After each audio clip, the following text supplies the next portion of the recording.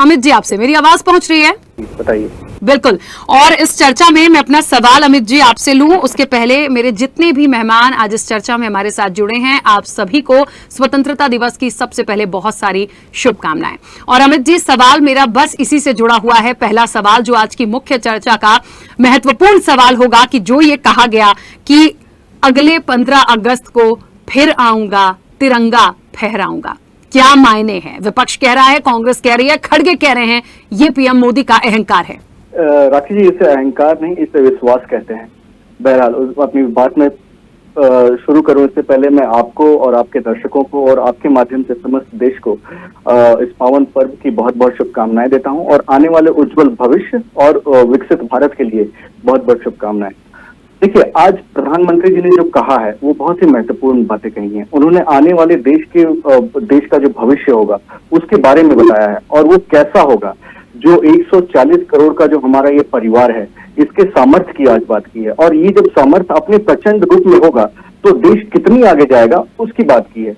तो ये एक उनकी सोच दिखाता है, एक समावेशी सोच दिखाता है, एक एकजुटता वाली सोच दिखाता है जिसके थ्रू हम कुछ भी ऐसा नहीं है कि चुनौतियां समाप्त हो जाएंगी, ऐसा नहीं है कि सब कुछ बहुत अच्छा हो जाएगा, लेकिन उन चुनौतियों को डट कर सामना करने का और उसके पार जाने का एक जो विश्वास आज के युवा में, आज की पीढ़ी में और पूरे 140 करोड़ के परिवार में मोदी जी ने हमेशा आज इस लाल किले के प्राचीर से परिवार की बात की है।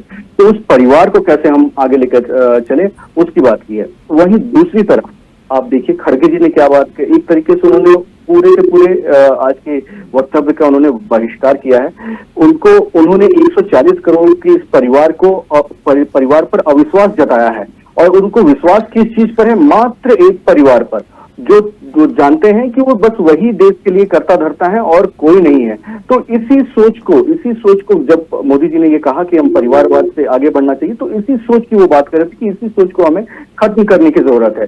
जब तुष्टीकरण की बात करते हैं तो हम ये बोलते हैं कि ऐसा नहीं है कि कांग्रेस के ही नेता कहते हैं कि गांधी परिवार के लिए अलग कानून होना चाहिए। तो देश में जहां कि हम एक कानून की बात कर रहे हैं वहां एक परिवार के लिए आप अलग कानून बोल रहे हैं। को उनके पूर्व प्रधानमंत्री कहते हैं कि देश के संसाधनों पे एक वर्ग का पहला हक है। तो उस तुष्टीकरण को मारने की हम बात कर रहे हैं। और जब बात करते हैं हम भ्रष्टाचार की तो मैं 10 सेकंड और दीजिएगा, मैं हाल की ही एक एग्जांपल देता हूं। 23 जून को जब इनकी महागठबंधन की पहली बैठक हुई थी पटना में, वहीं दूसरी तरफ मोदी जी भी एक बैठक में थे। वहां पे डील क्या हुई थी? इंजन, फाइटर जेट के इंजन बनाने की डील हुई थी, सेमीकंडक्टर्स की डील हुई थी और प्रेडेटर ड्रोन्स की डील हुई थी। वहीं दूसरी तरफ पटना में किस चीज की डील हुई थी? अपने करप्शन को बचाने की, अपने परिवार के कुंबे को बचाने की। आज विपक्ष से आज पूछ लीजिए कि आपका 25 साल का विजन क्या है, 50 साल का विजन क्या है। 50-25 साल तो छोड़िए, 5 साल का विजन पूछ लीजिए तो इनके पास कुछ नहीं होगा। इनको बस अपने परिवार की चिंता है कि किसी तरीके से सत्ता में आ जाएं, अपने परिवार की संपत्ति बढ़ाएं और अपने परिवार, जो मेरा बेटा है वो 25 साल बाद सत्ता में होगा कि नहीं, मेरी बेटी 50 साल बाद सत्ता में होगी कि नहीं, बस उसकी चिंता है। तो इसी सोच को खत्म करने की जरूरत है और जब तक हम खत्म नहीं करेंगे हम अपनी भागीदारी 100% देश के विकास में नहीं दे पाएंगे। ठीक है अमित जी, यहाँ पे बहुत सारी बातें देखिए, अलग अलग जो पैनलिस्ट हैं उन्होंने अपने बात भी रखी है, सुझाव के तौर पे भी बहुत सारी चीजें आई हैं। प्रियंका जी की बात आई है, आरपी श्रीवास्तव जी की बात आई है। बात यही है कि विश्वास कह लीजिए या कॉन्फिडेंस कह लीजिए बहुत अच्छा है, लेकिन ये भी जो सवाल हैं कि बहुत सारी ऐसी घटनाएं हुई हैं जिसको लेकर इतना कॉन्फिडेंस में नहीं होना है क्योंकि सरकार सवालों के घेरे में आई थी। तो उन चीजों को हमें सॉर्ट आउट करने की जरूरत है। यदि किसी कारणवश नहीं कर पाए हैं तो अभी भी समय है, उस पर आप बात कर सकते हैं, अपनी बातों को रख सकते हैं, ये करना होगा। सिर्फ इस कॉन्फिडेंस में रह के कि नहीं हमें ही तिरंगा फहराना है और हम ही सर्वोपरि हैं, सर्वोपरि हैं, तो ऐसे में मुझे नहीं लगता कि कुछ हो पाएगा। राखी जी देखिए, आरपी श्रीवास्तव जी को हर मंच से सुनना बहुत अच्छा लगता है और वो काफी गंभीर बातें कहते हैं और सकारात्मक बातें कहते हैं। मैं आपको दो चीजें बताता हूँ, एक होता है कॉन्फिडेंस, दूसरा होता है ओवर कॉन्फिडेंस। तो हम कॉन्फिडेंस में हैं, ओवर कॉन्फिडेंस में नहीं है। निश्चित तौर पे कमियां होंगी, हमने 9 साल का कार्यकाल किया है, कहीं ना कहीं गलतियां भी होंगी, लेकिन हम उन गलतियों पर चर्चा करने के लिए तैयार हैं। आज भी हम मणिपुर पे बोल रहे थे कि आइए चर्चा कीजिए। धाराओं का क्या है कि इस धारा के अंतर्गत करना है या दूसरे, वो तो संसद का प्रोरोगेटिव है, आप बढ़ा भी सकते हैं समय, आइए चर्चा कीजिए। लेकिन चर्चा से भागा कौन?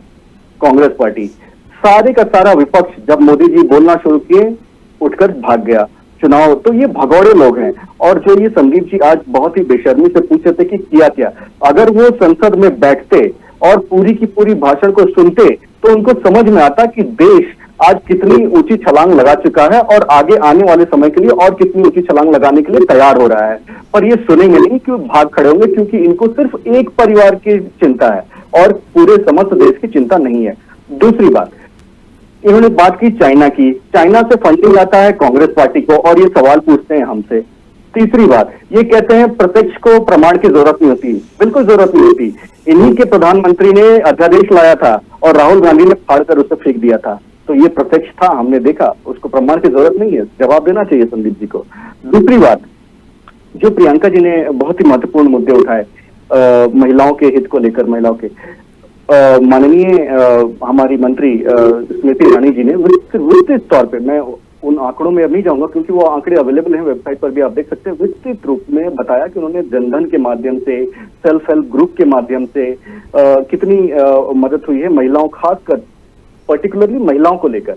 लेकिन जब हमने टॉयलेट की बात की थी, ये इनके गठबंधन के सहयोगी कहते थे लड़के हैं, लड़कों से गलती हो जाती थी। जब हमने महिलाओं के सशक्तिकरण की बात करी तो इनके आज के राजस्थान के नेता कहते हैं ये तो मर्दों का प्रदेश है, यहाँ बलात्कार होंगे ही, और वो आज भी इनके मंत्रिमंडल में बने रहते हैं। तो ये दोहरा मापदंड सही बात है अमित जी, बिल्कुल सही बात है, मैं मानती हूँ। लेकिन जब मणिपुर की घटना हो जाती है तो आपके लोग बोलते नहीं है और पूरा मौका इन लोगों को मिलता है उस पर पलटवार करने का। राखी जी, मणिपुर की घटना पे पूरा का पूरा देश मणिपुर के आज साथ में है और संसद का सत्र शुरू होते ही हमने प्रधानमंत्री मोदी जी ने अपना क्षोभ, अपना दुख, अपना जो कंसर्न है वो बताया था जनता के सामने। पर वो जैसा कि आपने कहा कि वो 90 दिनों से वो वहां पे घटना, उसके पहले भी घटनाएं वहां पे हो रही थी, 77 दिनों की बात हो रही थी। उन्हीं 77 दिनों के बीच विपक्षी गठबंधन की 2 बैठकें हुई, पहली पटना में, दूसरी बेंगलुरु में। उन दोनों बैठकों में से मणिपुर का म भी निकल कर नहीं आया, न किसी भी नेता ने उस पर कोई बयान दिया, न कोई प्रस्ताव निकल कर आया। अमित जी वैसे विषय मणिपुर का तो आज नहीं है, लेकिन क्योंकि जो आपने उदाहरण दिए थे उस पर मुझे बोलना पड़ा कि इस तरह की घटनाएं उन राज्यों में भी हुई है जहां भारतीय जनता पार्टी की सरकार है। दुख की बात ये थी कि जितना मैंने अभी तक देखा सुना है, शायद ये ऐसी घटना थी जो कभी देखी सुनी नहीं गई, कभी इस तरह से नहीं देखा गया। और जो स्टेटमेंट्स उन लोगों के जिनके साथ ये हुआ है, उनके जो पढ़े और देखे गए हैं, उसमें साफ तौर पर कहता है आपका जो पुलिस प्रशासन है वो भी मिला हुआ था। तो आप सोचिए किसके पास जाएंगे। उसके बावजूद या तो कोई सीएम का इस्तीफा हुआ, उनका स्टेटमेंट आता है कि काफी दिनों से चल रहा है, हम मामले को ठंडा करने की कोशिश कर रहे हैं, पर ऐसा हुआ नहीं। ये बहुत दुर्भाग्यपूर्ण है और मुझे लगता है इसके लिए बड़ी दिक्कत कहीं ना कहीं एक पॉइंट लोगों के दिल में बैठ चुका है कि ये दोबारा तो कम से कम ना ही हो।